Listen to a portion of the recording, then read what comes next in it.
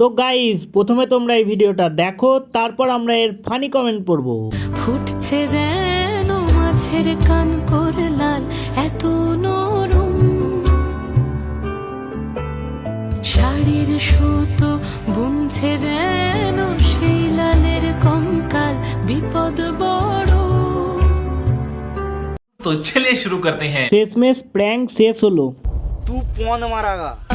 সব কষ্টের মাঝেও মেকআপ করা ভুলো না। भैंचो सारे मिलके हमको पागल बना रहे हैं। রাজমিস্ত্রির প্রেমে পড়ে গেছে তোমার বর, তাই পালিয়েছে।